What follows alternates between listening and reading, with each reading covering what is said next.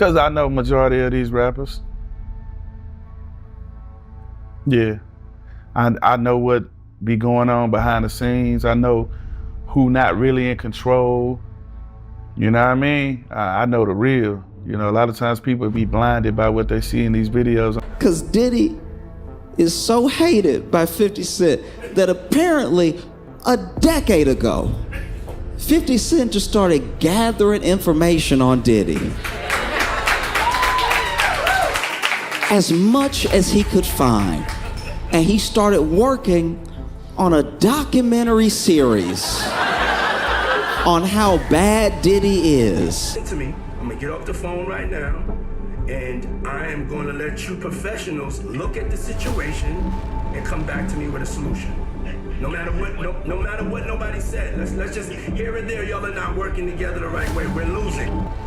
We have to find somebody that'll work with us, that has dealt in the dirtiest of dirty business. We're losing.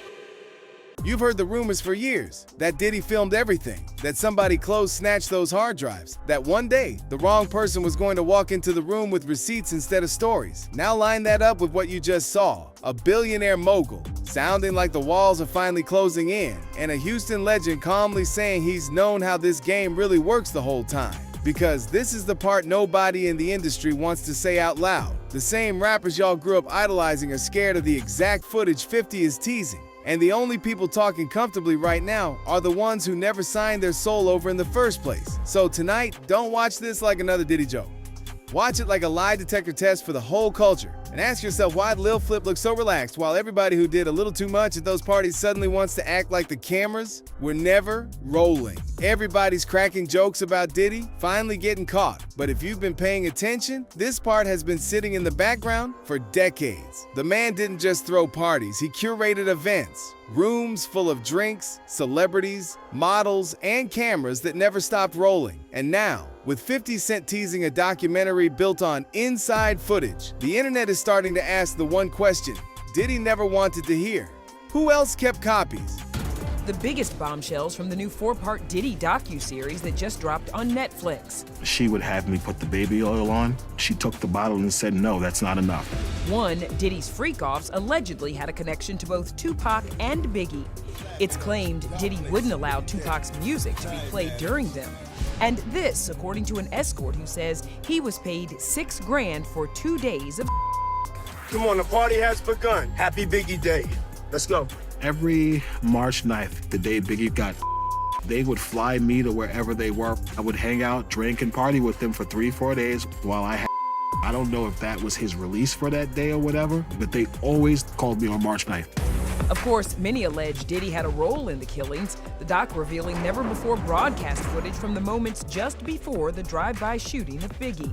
This is where it gets dark. People have whispered for years that the same guy who built his empire off Biggie's legacy also moved like a walking insurance policy, keeping records, keeping leverage, keeping receipts on everyone around him. And if you believe the chatter, that's part of how he stayed untouchable for so long. You don't just owe him money or favors, you owe him silence, because you know exactly what's on those tapes. Now jump to 2024 and beyond. Federal raids, seized hard drives, lawsuits piling up, and suddenly 50 is out here hinting that he's seen things the public was never meant to see. That's why those little snippets of Diddy in the conference room sound so different now. Not like a confident mogul, but like a man who just realized the same cameras he weaponized for power might be the reason he can't sleep at night. Listen to me, I'm gonna get off the phone right now, and I am gonna let you professionals look at the situation and come back to me with a solution. No matter what, no matter what nobody said. Let's just, here and there, y'all are not working together the right way. We're losing. The irony? Guys like Lil Flip have been warning about this exact playbook for years. Powerful people inviting you into once-in-a-lifetime spaces, turning the night into a movie, then keeping the footage as collateral while you smile for the flashes. So when 50 steps up with a documentary and Flip nods like, yeah, that tracks, it doesn't feel like a random beef anymore. It feels like the moment the receipts finally caught up with the rumors. You made a comment about how you was one of the few rappers that never sold their soul. What made you say that? Because I know majority of these rappers. Yeah. I know what be going on behind the scenes. I know who not really in control. You know what I mean? I know the real. You know, a lot of times people be blinded by what they see in these videos and on TV, but I just know. I know what I know, man. You know what I mean? It's a lot of people that ain't being righteous and they ain't keeping it infinity, because keeping it 100 ain't enough. That's a limit. You go with me, you got to keep it infinity. So it's just a lot of people, man, that's just, you know, selling their soul and selling themselves short and distracted with the wrong things. So, you know, it is what it is, man. This industry is a very evil industry. You know what I mean? Like it's very evil, man. So you got to really surround yourself with people that think like you or bigger than you. So it's a nice amount of, I ain't gonna say nice. It's a lot of rappers that sold their soul, and you know, they let money dictate everything they do. They value money more than they value humans. I ain't participating in no bullshit. If it ain't righteous, I don't want to be a part of it, man. I'm not gonna snake my people. And yeah, I ain't gonna snake my people. And yeah, I can't sell my people out, and I ain't gonna sell myself out. Fame ain't that important, man, for me to just do anything. Let's be real. In 2024 and 25, every rapper has a "the industry is crazy" story. The difference with Lil Flip is that the math around him actually adds up. This is somebody who was already rich and platinum before social media, who made his name off mixtapes, screw tapes, and hand-to-hand grind in Houston. So when he sits down and casually separates rappers into two categories, those who sold their soul and those who didn't, it hits different. He's not begging for a comeback. He's explaining why he's still here with his sanity, while a lot of bigger names are ducking documentaries and praying old footage never leaks. Rappers is really out here selling their soul for success. That's a real thing. For sure. Yeah. Behind the scenes selling their soul or snaking somebody who deserves opportunity. You know? Have you ever been approached to do anything out of pocket? I've been approached to have somebody come to my house and pray. And yeah, like, hey man, this guy, yeah, he's like he gets spirits out, and you know, he wants to come and pray. I'm like, nah, I'm cool. I want to continue to pray the way I've been praying. I don't know who he believe in and what he believe in, but he can't come in my house. So, yeah, peace. I kept God in what I got going on. I kept God. I keep God in what I got going on. I don't love money. I talk for myself. I come from a family that programmed me and trained me to be out in this world and out in the streets and knowing how to maneuver. So you can't lure me with no money or nothing like that. Like, meaning like, if I don't want to do the deal, I ain't gonna do the deal. The difference between me and a lot of artists is I started doing music for God. My grandmother played the piano. I was in the church. I sung in the choir, played the drums, played the piano, sung in the choir for God, went to different churches and sung here and there, right? For God, doing music in the studios, making gospel music, making hip hop. But I started off doing music for God. So I'm not gonna let money dictate every move I make when it comes to music. It's a blessing for me to be able to create. The money is gonna come. So I just pride myself in treating people right, and relationships outlast money. So you treat people right and you move the correct way, you'll have longevity. So for any artist or anybody that's a hater or just a fan or whatever you are, if you feel like some of your favorite artists fell off, sometimes you gotta just go take a trip down there and link up with them and see how they living. Cause I can speak for the artists that's in Texas. We still getting money, we still working, we still touring. We not broadcasting everything we do, but we winning. Listen to the way he talks about it, not as some spooky campfire story, but like a business offer he declined. People come into his house talking about prayers that didn't feel like God, opportunities that sounded more like traps than blessings, and fan-favorite artists who quietly disappeared from the charts because they wouldn't cross that line. In his world, falling off on TV doesn't mean you lost. It might mean you refused the wrong ritual, and now you're winning in the streets instead. That's why Flip can sit there calm while 50 Cent tees up a Diddy expose. From his perspective, this is just the bill finally coming due for everybody who said yes to the stuff he walked away from. Yeah, that's real talk. But it was one comment you made that stood out to me, was when you said that 99% of the rappers in the industry is fake. Yeah, when it comes to artists, yeah, but the people that I've encountered, see, I can't speak on the people that I haven't met. So when I said that I'm speaking on 99% of the artists that I've met, they've done funny and, you know, said they was gonna do this and didn't do that, and then God will put them like right around me, like, you know what I mean? And instead of me being like bitter because somebody promised me, oh yeah, I'm gonna do this for you, I just be like, all right, I just put you in my book as a liar. You know what I mean? Because there's people that'll see you in public. I call it Hollywood talk. Hey, what's up, bro, man? I'm a fan of your music, man. We gotta do something, man. Here, take my number. Then you take their number, they don't answer. You know what I mean? They don't answer, but they might do an interview and be like, yeah, Flip, one of my favorite rappers. But then they don't answer their phone. And then when they see you again, it's like they seen the ghost. Hey man, take my number, man. I know we supposed to do something. It's cool. You offered the verse. I didn't ask you for the verse. You know what I mean? So it's cool, man. People promise you all kind of shit in this industry. You know what I'm saying? Like, and don't deliver. But I'm a solo artist, so I gotta depend on me. Everything everybody told me not to do worked for me. So whether a person keep their word about rapping or singing on the song, it's not gonna stop me from getting where I need to go. Cause I'm gonna go put the work in, and I put the work in already. Yeah, you also mentioned that, you know, you helped a lot of rappers, and once they got on, they went Hollywood on you. Oh yeah, for sure. Yeah, it's one that went super Hollywood, man. I'm like, damn, bro, you really changed like that, bro. But like I say, man, I was prepared for it, man. I don't be surprised by nothing I see no more in this. So I just take that this face value, man. It is what it is, man. Yeah, that money shows your true character, man. Yep, and I'm gonna be the same whether I got it or I don't got it. It don't make me. Real talk. How you feel about the people that say the Houston rap scene fell off? From your point of view, what happened? I can't speak on what happened with anybody else's life.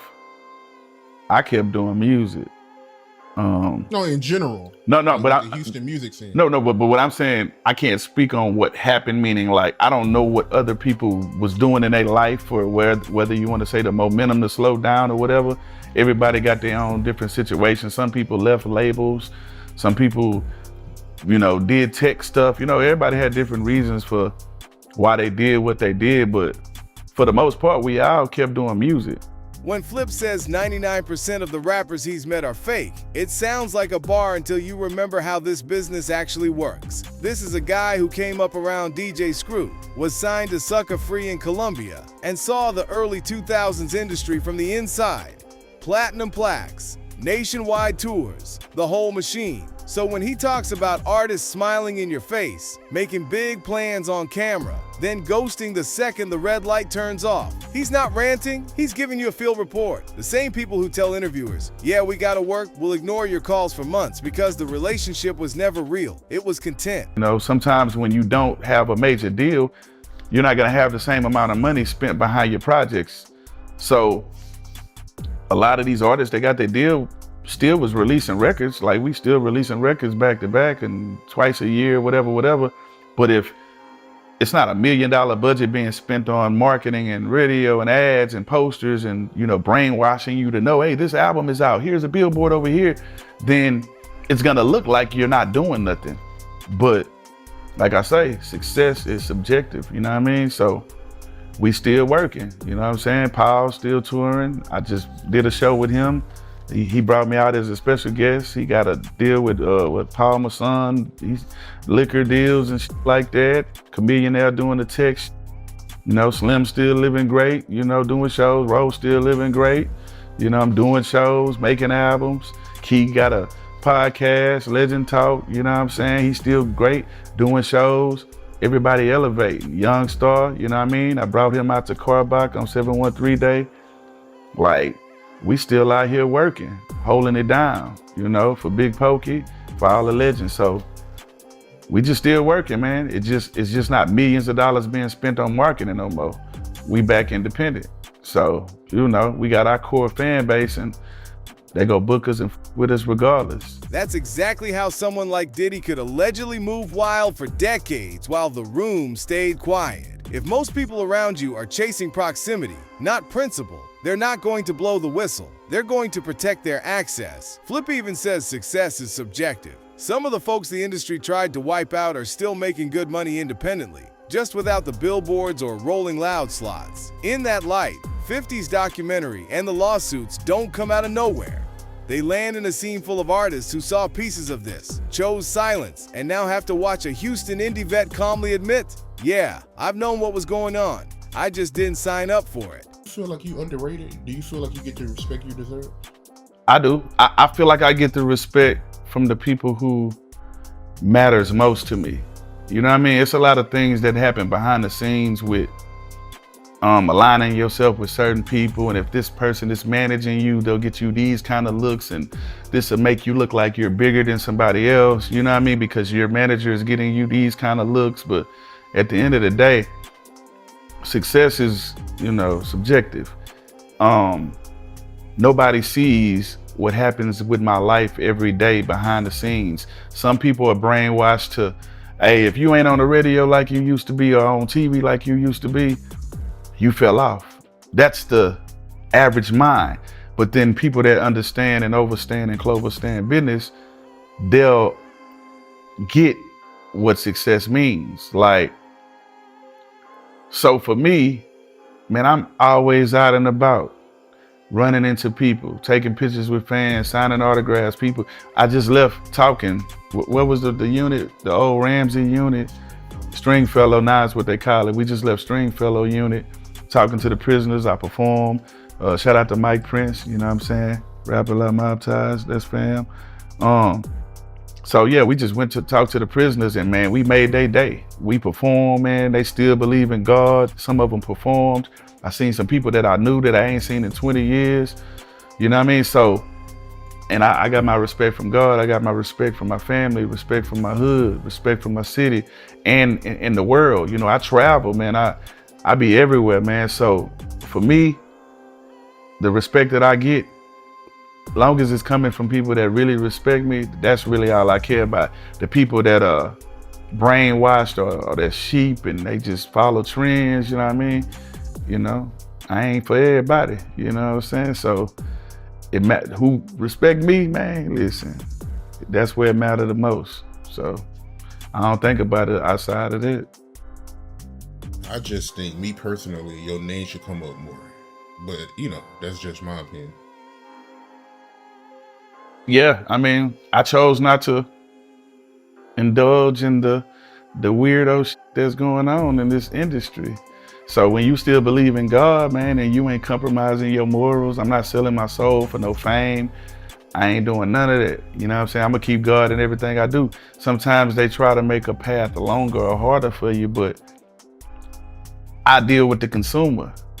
You know what I mean? So, and that I practice great customer service and they're very satisfied. Flip doubles down by saying he doesn't need TV or constant mainstream shine to feel successful. He measures it in ownership, peace, and direct connection to the people buying his music. He's talking merch, shows, features, businesses, all built on a customer service mindset. Answer your phone, respect your supporters, deliver what you promise. That's exactly why he can sit comfortably while documentaries and lawsuits swirl around Diddy. His survival has never depended on the same gatekeepers or the same dark favors. Maybe the artists who fell off the charts but still move around freely are the ones who chose freedom over the kind of fame that now has a billionaire pacing in conference rooms, terrified of what might leak next. You've probably noticed something. None of these people are saying the industry just randomly snatches souls. That fan breaks it down in plain language. First, they watch you. They wait until you've proved you can make money, move crowds, trend without their help. Only then do the opportunities show up. The contracts, the rooms, the invitations that feel a little too good to be true. It's not charity, it's an investment. They only pull out the spiritual language and strange blessings once they're sure you're valuable enough to flip. Yeah, depending on what part of the industry you're trying to get access to, there's gatekeepers. So if you're trying to get signed to a major label, there's gatekeepers. If you're trying to get on certain media platforms to get interviewed, there's gatekeepers. If you're trying to get on the mainstream radio, you heard me, urban radio, there's gatekeepers, yes. Scheme of things, on the totem pole of people with integrity and people with morals, values, and principles, these gatekeepers ain't nobody. But in this perverted, sick, twisted industry, these gatekeepers do hold access to certain levels, you know? Bro, I've had gatekeepers in the music industry who have literally tried to hold a record deal behind their back and let me know, like, look, if you're a part of this homosexual that I'm trying to take part in, you hear me? Yeah, come on, this door open real quick for you. Like, I got a song where I've talked about that before called The Devil's Playground. Like, this is real, dog. And the only way that type of stuff can work on you is if you let them have all the leverage to where you want what's behind that gate that bad. So that's a real thing. You also got people who, this is a different type of gatekeeper. The gatekeepers who will say, hey, you making too much righteous noise right now. If you just tone that righteousness down a little bit, then we'll allow you into these doors. But you gotta tone that down. You gotta become a little more vanilla, you heard me? A little more lukewarm, a little more bland, and you'll fit in with us more. So that's the slick gatekeeping. It ain't telling you, it ain't telling you to all the way, you know, bend over or open your mouth or something like that. It ain't that, but it's telling you, like, dim your light. And what ends up happening is you got so many people that's like, well, that's not that bad. They not asking me to do nothing super crazy. I just got to dim my light. That's the scariest kind right there. Because a lot of people will be like, wait, I just got to turn it from level 10 to level 5? Man, bet, I could do that, bro. I bet. Now I get accepted? Cool. Next thing you know, you got a whole industry, brother, that's lukewarm. Whole industry lukewarm. So then when somebody that's on fire come along, they looking at it like, whoa, you crazy. Hold on. You shining too bright. Hold on. D1 gives you the cleaned up version of what Flip's been hinting at. He talks about being offered deals, where the fine print wasn't just percentages, it was behavior, humiliating acts, image changes, lyrical agendas that had nothing to do with his actual calling. His key point is simple but brutal. These tricks only work if you already want what they're selling more than you want your own piece. If your goal is selfish and you're chasing status, you'll tell yourself anything to justify crossing that line. And that's where it circles back to Diddy and 50, because if this is how they approach smaller artists, imagine the kind of trades that got made at the highest level. Flip looks at that whole system and basically says, they tried it with me too. I just said no. Industry plans exist, yes. The music industry will conspire to say, what this artist represents is something that we need more of in America. So if it's extreme ignorance, if it's watered down blackness, if it's whiteness that represents being able to be cool and be accepted by black people, whatever it is, we want more of that. So we will do everything in our power to make this person pop off and be a star, to push this agenda. Or we have a vested interest financially in seeing this artist make it. Because not only do we have this artist signed to us, but we manage this artist, and we know that this artist is gonna create a whole generation of people just like them. Yeah, they definitely got industry plans. Yes, all of these black artists who ain't even old enough to understand the contract that they about to sign, and who are being signed just because they had one thing that went viral, that they glorifying a bunch of murder and a bunch of just negativity, and all of a sudden they about to get paid millions of dollars. Those are industry plants. The industry knows the impact that those artists will have on the rest of their community. They know it. And they're just like, oh man, we need that person to make it for sure. But if you are representing something positive or something righteous or something intellectual or godly, you absolutely have to do way more work to make the industry say, all right, we're gonna let them in. It's like, all right, we're gonna let a J. Cole in. We're gonna let a Kendrick Lamar in, but we got enough. We got enough of them. You know what I'm saying? We got enough of them. You realize that J. Cole and Kendrick Lamar are two of the richest rappers walking planet Earth today? Two of the most successful rappers? Why would the industry not want more J. Cole's and more Kendrick Lamar's? Yeah, they don't even floss or anything, bro. You don't see them with jewelry, none of that shit. Yeah. Bro, J. Cole and Kendrick Lamar scare the industry, because if they let more of them in, you're gonna have a whole generation of people coming up who are black, who are saying, I ain't even gotta flaunt no jewelry, you heard me? I ain't even gotta flaunt fancy cars, and I can be intellectual, I can be woke, I can be a man of God. Or rap about it. Or rap about that stuff. And if you got a whole generation of black people that's coming up, that's like, man, there wasn't one J. Cole and one Kendrick Lamar, there were a ton of them, and they were all huge. Now keep in mind, a ton of people exist who are doing the same type of work that Cole and Kendrick are doing. And they're doing that work in their own way. I'm one of the people, you know, and there's a bunch of people that are doing that. But for the mainstream music industry, man, they don't want a bunch of that to exist, bro. Like, it doesn't make sense why you wouldn't want more of that, because these dudes ain't never been to jail. You ain't got to worry about, oh, we might sign him and he might go to jail and we can't even put no music out. By this point, the pattern is hard to ignore. D basically hands you the blueprint.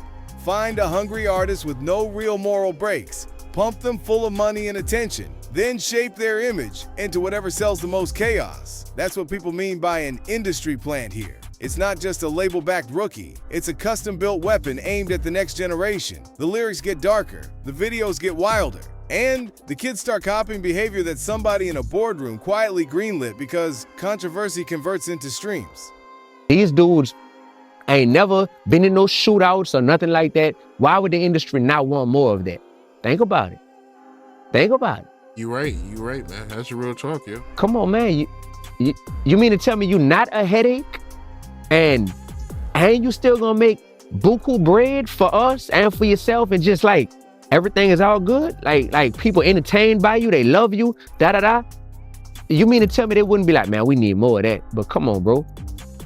Come on, bro. Every year, they're like, yo, who is the new street rapper that need to get signed and get pushed out there? Not in one city, but in every major city. Every year, it's like, man, who is the new street rapper that we could sign that's gonna impact the masses in their city, and we gonna blow them up, and they young, so they don't realize that they being used right now, you heard me? Then he flips it and names the contrast. Artists like Kendrick Lamar and J. Cole, calm, respected, actually loved across fan bases, who don't get shoved down your throat at the same algorithmic level. Not because they're not big, but because their message doesn't line up with that destructive agenda. Put that next to Lil Flip's story and 50's documentary, and you get a bigger picture. The system pours gasoline on whatever helps keep people dumb, numb, or dependent, and quietly starves anything that might wake them up. So when Flip backs 50 and hints that some of your favorites made dark trades to stay in rotation, he's not just talking about one mogul. He's talking about a whole machine that decides, every year, which souls get a push and which truths get left off the playlist. See, the problem with a lot of artists and why they don't have longevity is because they get the big head. And when people book them and stuff like that, they don't want to talk to the promoter. They don't want to say hi. They too good to take a picture. And then they leave a bad taste in people's mouth and they don't want to book you no more. So, you know, with me, the relationships that I got, man, I've been having the same number, man, since high school. Like, I'm still dealing with the promoters and talking to them. The artists, the people I done did songs with all over this world, man. I see them, you know, I give them copies of my book, I give them game, I mentor them. And then when I bump back into them, they be like, man, we read your book, we applied what you put in your book, and I'm booking shows now. So that's who I really care about. Because a lot of people that's at the top, man, they don't care. They culture vultures. They don't care what's going on in the community like that. They just want their money. I care about my community. So that's why I make sure I'm out and about helping people, you know, looking out for people. I did a verse for a guy yesterday. He couldn't afford the price that I told him. He only had half of what I told him, right? And I'm like, you know what?